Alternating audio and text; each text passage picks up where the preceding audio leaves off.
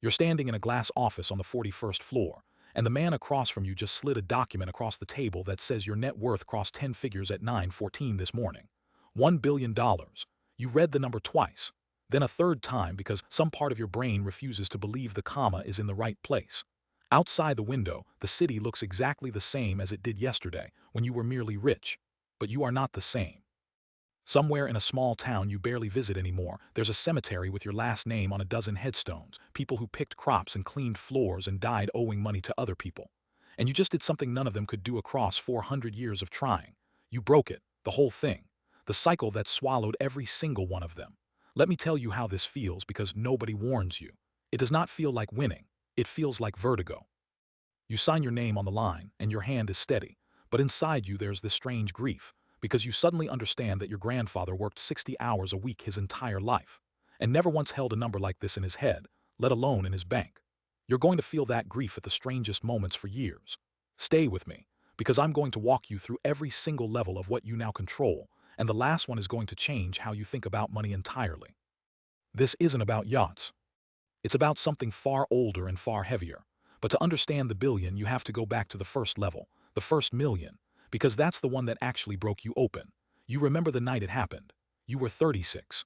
You'd been building a logistics software company for 8 years, and you checked your account after a buyer wired the first tranche, and there it was.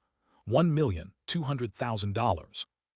And here's the thing nobody tells you about your first million when you come from nothing. You don't celebrate, you panic. Your whole life your nervous system was calibrated for scarcity, for the $4 overdraft, for the phone calls from collections, for your mother counting coins on the kitchen table at 11 at night thinking you were asleep. And now there's this enormous number and your body doesn't know what to do with it, so it does the only thing it knows. It tells you to hide it. You don't tell anyone. You don't buy anything. You sit in your tiny apartment with 7 figures in the bank, eating the same instant noodles you ate when you were broke. Because the money feels like it might evaporate if you look at it wrong. That's level 1, the first million. And the cruelest part is that the first million is the hardest one you'll ever make because you have to build it without the machine. No connections, no capital working for you, no family name that opens a door, just your own 2 hands and a refusal to accept the life you were handed. 90% of people who get here got here by being absolutely relentless about one thing, while everyone around them told them to be reasonable. You weren't reasonable. That's the whole secret. Reasonable people inherit their parents' ceiling. And here's the mechanic that almost nobody from your background understands at this level. The money is not the achievement. The mindset shift is. Because the first million teaches you the rule that runs everything above it. Poor people work for money.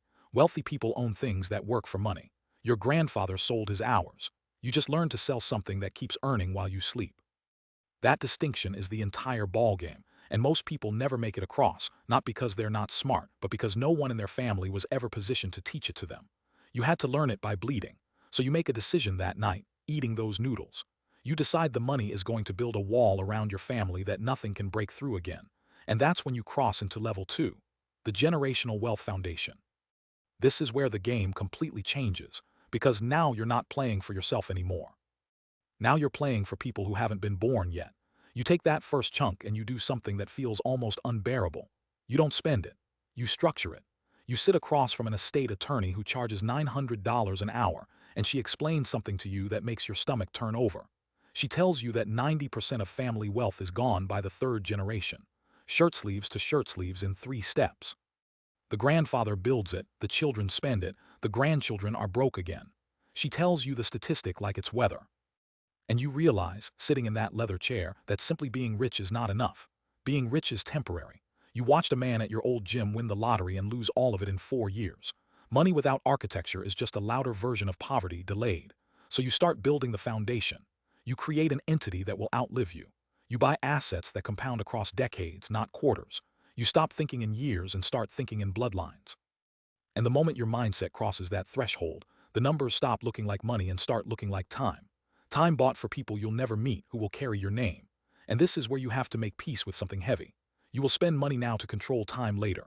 You watch a number leave your account that could buy a house, and instead it buys a structure, a trust with a name on it that isn't yours, that belongs to a child of a child of a child. You feel insane doing it. Every instinct from the kitchen table tells you to grab the cash and hold it in your fist, but you don't. You let it go into the architecture, because you finally understand what your grandfather never got to learn, that the goal was never to be rich. The goal was to stop being poor permanently, and those are not the same thing. Then comes level 3, and this is where you stop being a wealthy person and start becoming an institution. The family office. You don't know this yet, but there's an invisible line at around $100 million where money stops behaving like money. Below that line, you manage your wealth. Above it, your wealth requires its own staff. So you build one. You hire a chief investment officer who used to run a desk at a bank you couldn't get a loan from 10 years ago.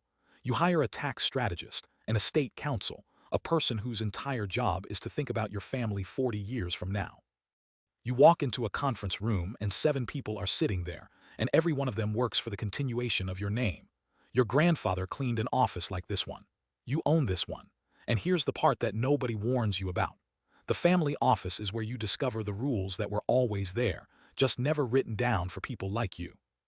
You learn that the wealthy don't earn income. They hold assets and borrow against them at interest rates lower than inflation. So they spend without ever selling, without ever triggering the tax that crushes ordinary people. You learn that the same dollar can build a school, generate a deduction, and grow a foundation's endowment all at once.